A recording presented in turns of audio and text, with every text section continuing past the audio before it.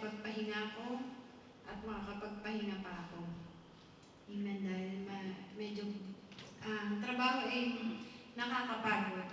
Amen. But I praise God dahil may rason ng trabaho kong nakakapagod upang ako ay bumangon ng maaga at magtrabaho muli. Amen. And then, at gusto ko rin po ipagpasalamat na actually, nung nagsabi ako kay Sister Nancy na, sabi ni Sister Gemma, yan ang 3 days eh. Sabi ko po kasi, next week hindi ako po pwede schedule ko. Pero may pasok po ako. Dapat ngayon ka na, bukas ka na. Pero wala akong talaga, hindi po ako prepared. Ang preparation ko is maglinis. But I praise God. God allows me to be here again. And I praise the Lord. Amen? Amen. Glory to God. So, ang pag-aaralan natin po so magkakaroon po tayo na interaction kasi wala po akong PowerPoint.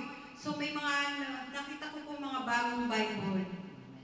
So, buksan na po natin yan at atin ng umpisahan. So, pag-usapan po natin ang faith. Pananampalataya. Faith.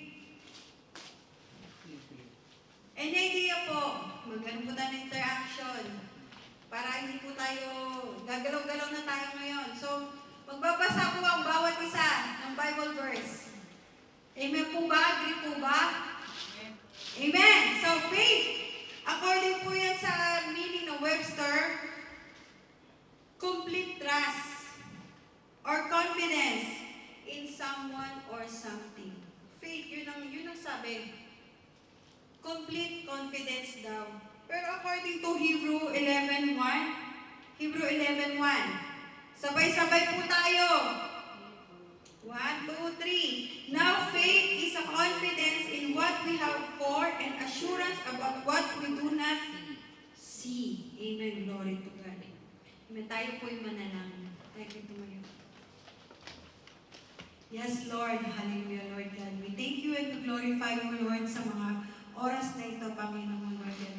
I know, Lord God, na halos lahat sa amin, Panginoon, ang faith na yan, Panginoon, na aming pag-aaralan, ang faith na ito, Panginoon, Lord God, ay alam na namin. But, Lord, we glorify you, Lord God, that you remind us, oh Lord God, that you are always in control and your word is always alive.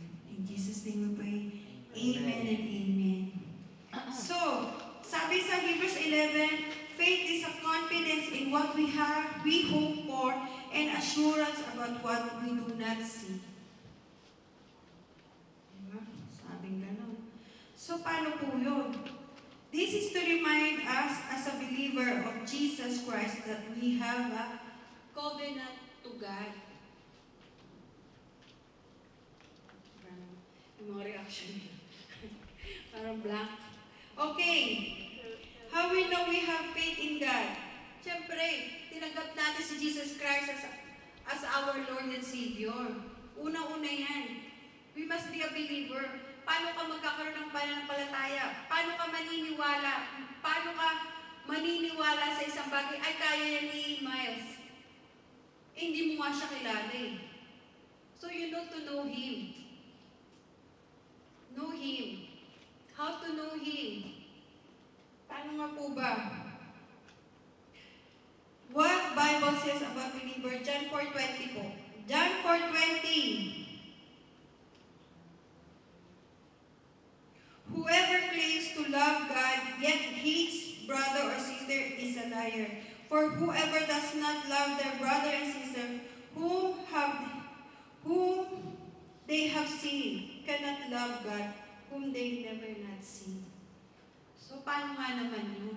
Paano mo sasabihin naniniwala ka sa bagay, sa isang tao, na hindi mo, sa isang Diyos na hindi mo pa nakikita?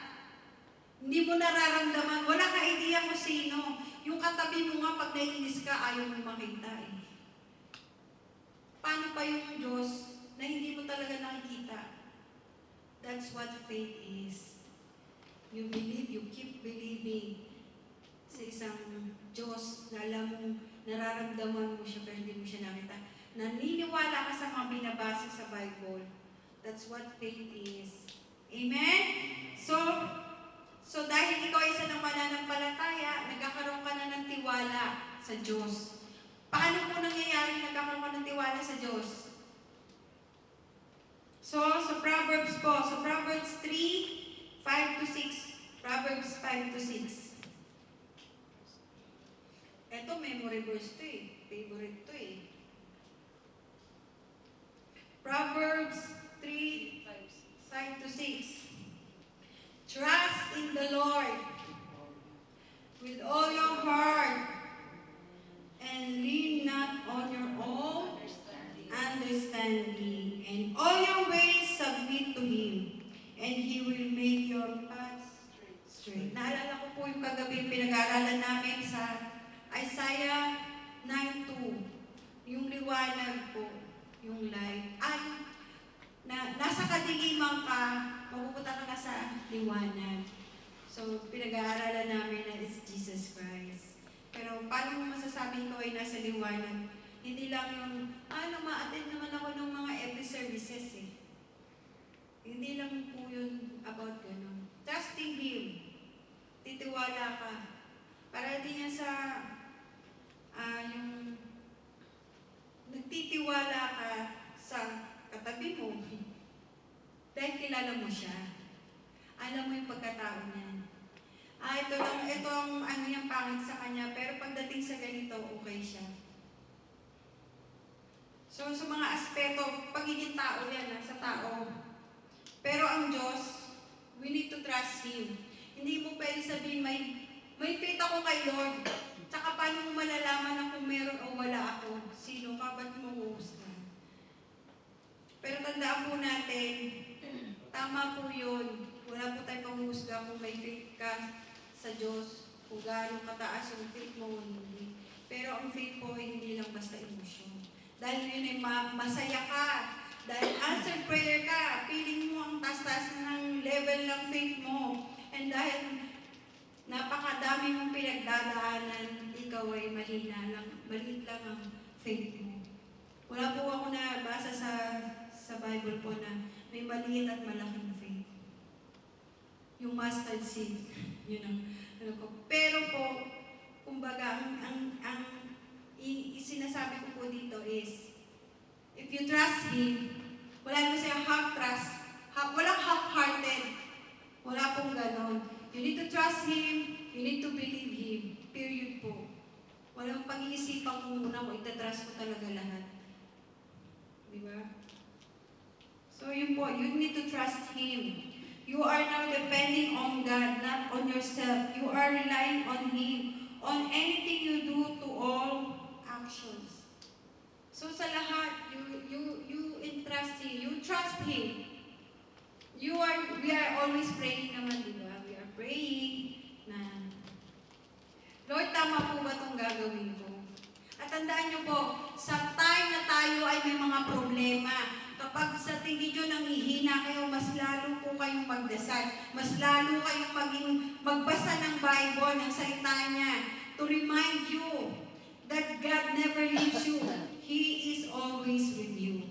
Pero kapag ang kalaban nakakita ng maliit na butas, yun na ang magiging struggle ng mga Kristiyanong may pinagdadaanan. At katulad ko din po yun. But I praise God that God is so faithful sa ating lahat na hindi niya tayo pababayaan. Kakasala tayong mga believer, pero we had a heart to repent. Diba? Hindi yung ano ko na lang to, magalit. Mamaya, magagalit muna ako sa'yo, mamaya na lang ako ang tagal? Magsisisi, magre-repent kayo, magdadasal. Pero ngayon, dadalihin muna kita.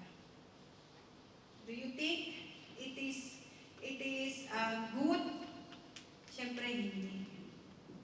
Pero, normal lang po yun sa mga tao. Unless hindi ka tao. So, pero kung tao ka, normal yun. Okay?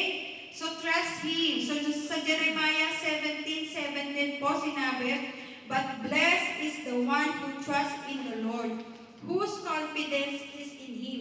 Tandaan niyo po, ano ang faith? Faith is a confidence. Diba?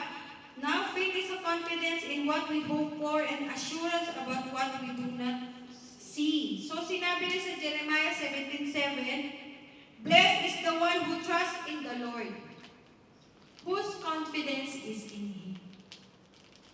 Tayo, naniniwala naman ako, nagtitiwala naman talaga ako.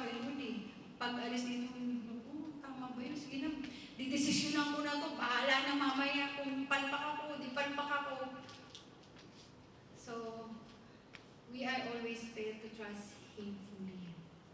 Para na lang tayong mga namimili lang tayo ng mga talaga isasabit natin kay Lord. Yun yung mga bagay na sa tingin natin hindi na kaya. Sa mga tingin natin, mga palpak na nagawa na natin, doon na lang tayo sasabihin natin, Lord, patawarin mo na lang at kayo na pong bahala dito. Which is so sad dahil itong trust in Him failed pa rin. Most of us, hindi ko naman sinabi na lahat tayo kasi ako, I failed to this. So, sa 2 Corinthians 5:7 din, for we live by faith, not by sight. Amen. So, tandaan po natin, yung po ang you must be a believer, you need to trust in Him. Yun po yung mga bagay na dapat alam natin kung talaga tayo ay may pananampalataya sa God. So, amen. So, susunod po yan, obedient. Maging obedient po tayo kay Lord katulad po ni Abraham.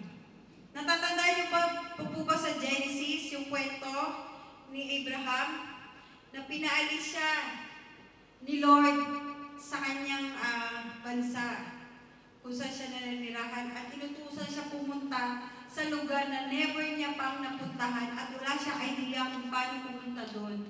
Pero he still obeyed. Pero sa atin, hindi pwede, hindi ko nga alam yun. Yes, paano naman yung wisdom na binigay ni Lord? Unahin ko muna at binigyan naman ako ng wisdom ni Lord. Bakit ako pupunta doon? Hindi ko naman alam yun. Kung mapahamak pa ako, kung hindi uso ang photolog doon, paano na? Diba? Ayoko doon. Wala na doon. Hindi ko talaga alam yun. Wala akong mag-anak. Wala akong kakilala doon. Please. Lord, wag doon. Ayoko doon. Please, ayoko doon, Lord. Diba? Gaganon tayo. Simple lang yun, ha? Pero si Abraham, sumunod siya. Sumunod. Kung babasahin mo nga yung verse na yun, parang madaling lang yun. Imagine mo pumunta ka sa lugar na hindi mo alam kung paano mo pupuntahan yun. Pero inobey niya si Lord na, akong bahala sa iyo.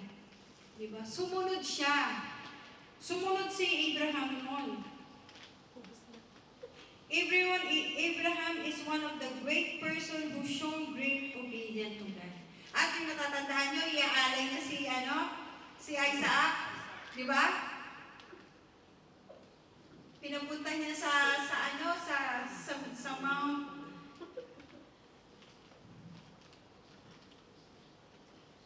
May pinunta silang Mount Sayak. I forgot the right word dun sa mountain na yun. Pumunta sila doon. Diba? Sabi nung ama niya, sinabi niya doon sa kanyang mga servant, dyan lang kayo, kami lang mag-ama pupunta doon. So, dala-dala ni Isaac yung kanyang gagamitin para sa kanyang pang-sindisa, pang-alay sa kanya. Wala siya idea, di ba? Nung sinetap niya na, sabi niya sa kanyang ama, Father, asa na yung alay natin? Anong sagot ni Abraham? God will provide. Di ba? Pero tingnan mo, pati sa Isaac, hindi naman siya tanda po natin, si Isaac nun, hindi naman po siya sanggol, hindi siya bata. Teenager na po siya noong mga time na yun. So may lakas na siya para na ayoko kaya tumakbo. Pero nakita mo doon, nung tinatali na siya at tatay niya, aaktuhan na siyang ialay. Diba? Yung pinatigil ng Diyos Diyos yun kay Abraham. So, ganun kalupit ang pagiging obedient ni Abraham. Kaya naipangako sa kanya na he will be the father of all nations. Lupit. Nung kaya niyo po ba yun? Sabi ko, Lord, di ko kaya. So, alam na natin. Kaya niyo ba yun? Ang pumunta sa lugar na hindi niyo pa na pupuntahan kahit kailan.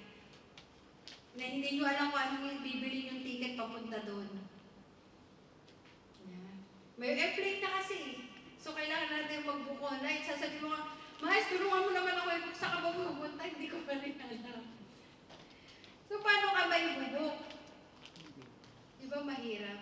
Ganun yung nararamdaman ni Abraham. Pero nagtiwala siya kay God. And he obeyed. So, kahit man lang, Lord, na ganun sila ka-obedient, tayo, may pagagawa sa atin si Lord, nagre-refuse pa tayo. Hindi ko naman narinig talaga kasi si Lord ang nagbulong sa tino. Tandaan po natin, ang mga utos, ang mga salita ng Diyos, huwag po natin limitahan. Maaari sa pagbabasa niyo ng Bible, maaaring dadaan kay Brother Joseph sa mga ipag-uutos niya sa atin. So, marami po. So, huwag natin limitahan na katulad din ng Abraham na mayroong mag-uutos na boses or angels na bababa para sa atin. Tandaan po natin na kumpleto na po tayo. Hindi na po natin kailangan ng mga prophets kasi we have the Bible now. Hindi na natin kailangan ng mga katulad na nangyari sa kanila. Because we are more equipped to know God more. His will. We can pray anywhere. We can pray. We can read the Bible. We are here gathering. May Bible study tayo online. Meron tayong services, midweek, and Sundays. So, marami na tayo. Tayo lang talagang mga taong, alam mo yun, medyo sa dahil kulang na lang kasi nga, kumpleto na tayo na parang, hiya mo na, parang normal na lang kasi. Sa kanila kasi napaka-importante nun. So, ganun tayo ka-bless. Pero, ganun din tayo parang katamad na hindi na natin na-appreciate yung mga bagay-bagay na yun. Parang mas nagpo-focus na lang tayo sa nakikita ng gustong makita ng mga mata natin. Saka lang tayo sasaya. Ngayon naman nulungkot dahil alam natin na malaking pinagdadaanan natin. Doon na lang tayo nagpo-focus. So, sa Mark 9:23, if you can, everything is possible for one who believes, Jesus said. Diba?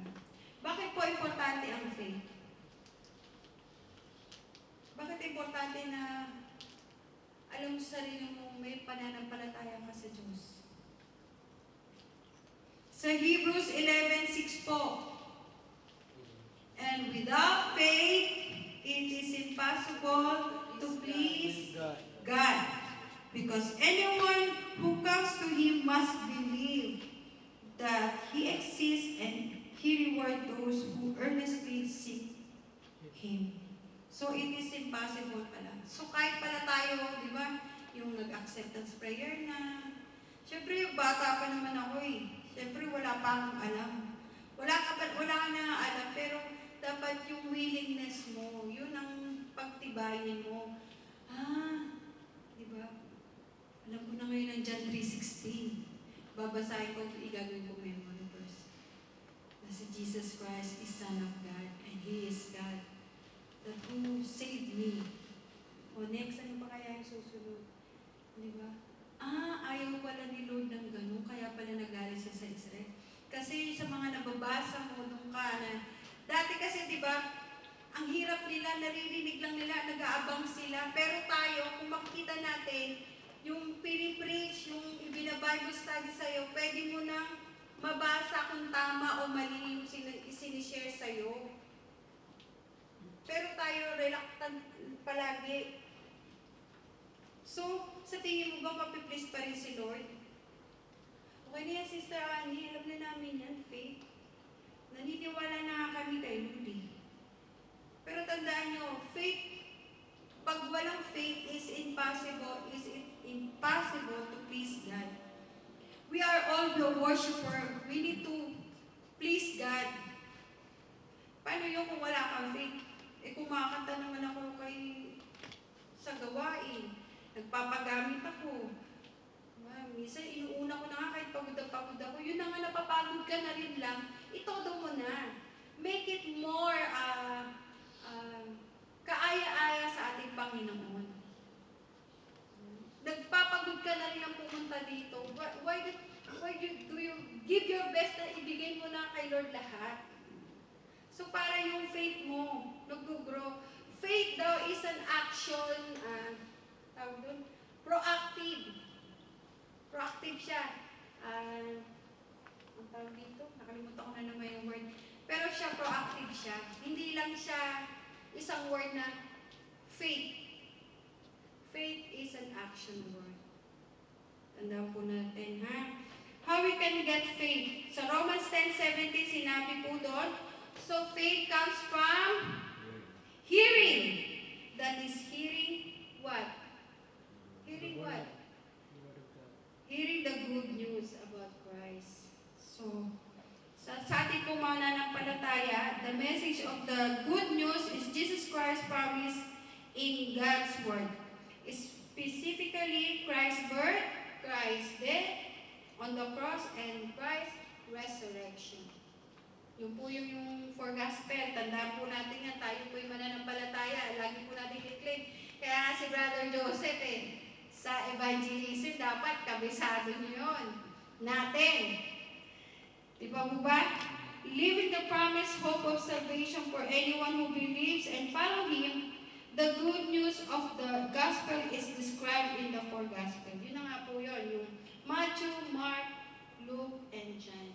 Kasi nakasaad po doon yung pagsilang, yung kanyang birth, pagsilang, yung kanyang pagkamatay sa cross, at ang kanyang resurrection. Kailangan po natin kabisado yun para alam po natin that the promise will, mangyayari, magaganap. Amen po ba? So, faith is not feeling or emotion. Sinabi ko na rin po ito kanina. So, mag-ingat po tayo, be mindful na ang feelings po is deception. So, feeling mo lang yun. Marami, lalo na pag yung nasa, ka na ng problema, yung mga bagay-bagay na hindi mo naman talaga dapat iniisip na isasama mo na, baka pinag-uusapan na nila ako ito. Pinag-uusapan na nila ako kasi sa church na ako nakatira. Siguro. Hanggang sa yung siguro mo, ikaw na lang pala ang naapektuhan. So feeling ko, pag tumayo ako dito, makikita nila, holy ako. Feeling mo lang yun. Okay? So, mag-ingat po tayo sa mga nararamdaman natin, feeling natin. Hindi po dahil mataas ang energy mo, kaya yung pag-worship mo, bigay na bigay din. Regardless po kung anong emotion natin, God looking for a worshiper. Tayo po yung mga believer.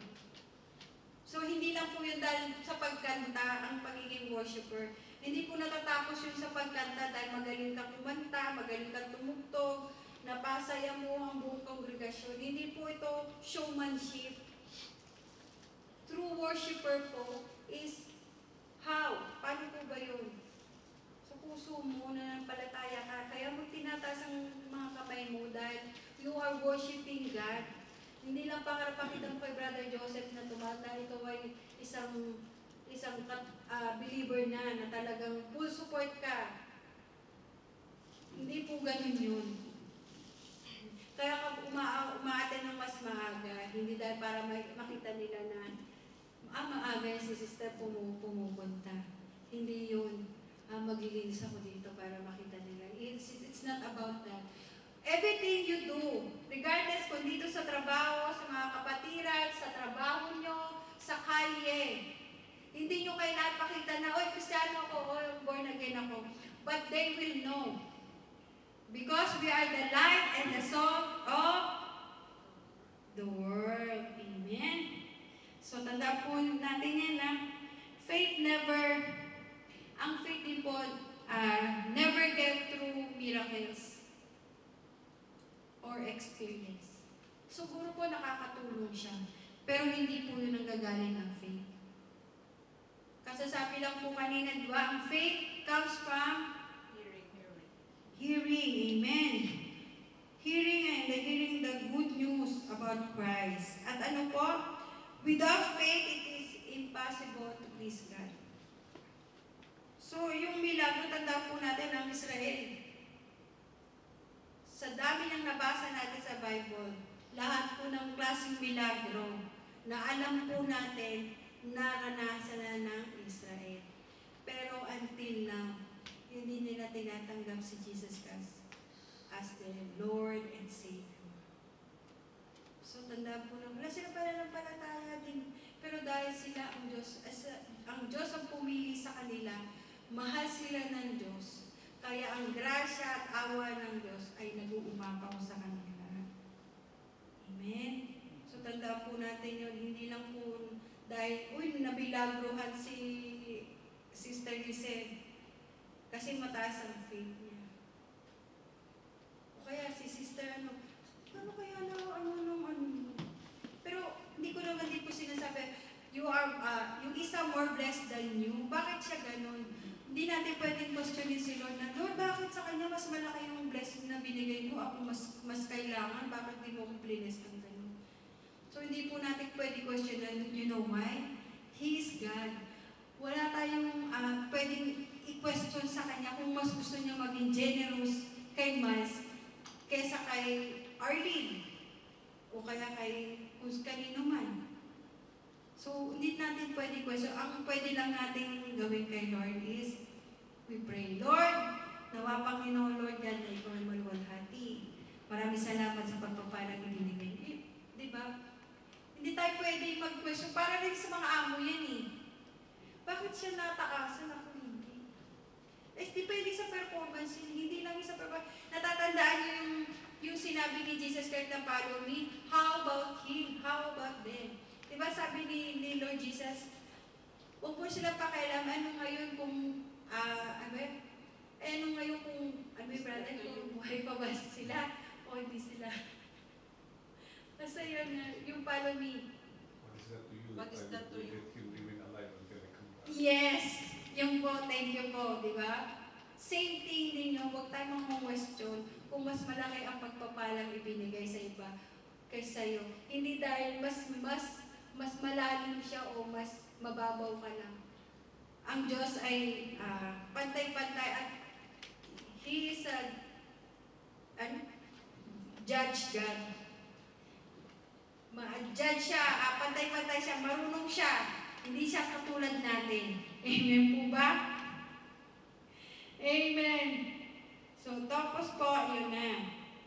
So, sinabi rin po na huwag po natin kalimutan ng Ephesians 2:8-9.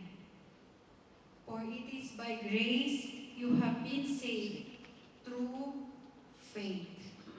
And it is not from yourself, it is the gift of God. So, isipin niyo po to. It is by grace you have been saved. Bakit po sinabi? Bakit po sinabi yun?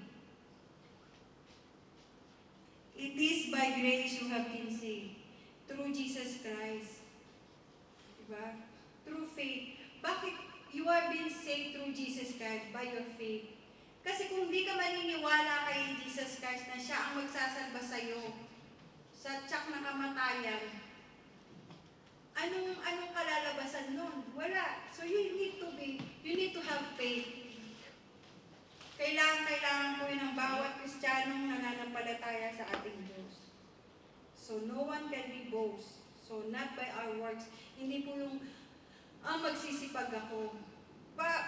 Paulit-ulit ko na rin po itong na-share na ang paggawa po ng mabuti, ito ay resulta lamang ng maayos at mabuting ugnayan sa ating Panginoon Diyos. If you are truly believer of Christ. Yung mga works po na magaganda, ayan lang po ay bunga. Amen po ba? And the